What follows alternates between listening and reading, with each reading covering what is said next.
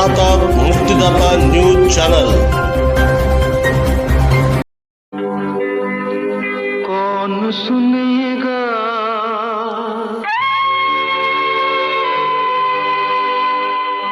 किसको सुनाए,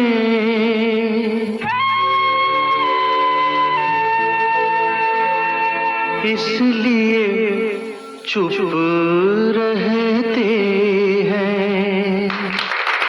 बिलकुल हीच परिस्थिती मोतीनगरच्या भागातली आहे। मोतीनगर या भागामध्ये सुभाषनगर, रमाईनगर, चांदनगर, गवळीपुरा, संभाजीनगर हा परिसर येतो। या परिसरामध्ये नेहमीच 4 ते 6 तास लाईन बंद असते। 8-8 दिवस नळ येत नाहीत। रस्ते अतिशय अवघड आहेत आणि नाल्यात साफसफाई करण्यासाठी 1 महिना 1.5 महिन्यानंतर फोन लावल्यानंतर नगरपालिकेचे सफाई कामगार येतात। कचरा गाडीचा पत्ताच नसतो। कचरा गाडी कधी कधी येते तर पोलीस व्हॅनसारखी केवळ एक राऊंड मारून चालली जाते, कचरा घेत नाही।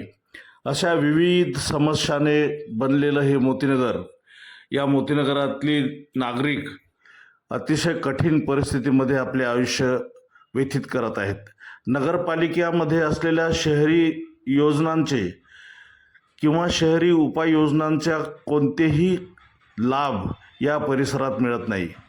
कोणाला सांगायला जावं तर तिथं कोणी नसते, मुख्य अधिकारी नाही किंवा कोणते प्रशासकीय अधिकारी नाही। अशी अवस्था या मोतीनगरची झाली आहे। मुक्तिदाता न्यूजसाठी मी गौतम तुपसुंदरे आणि संदेश तुपसुंदरे।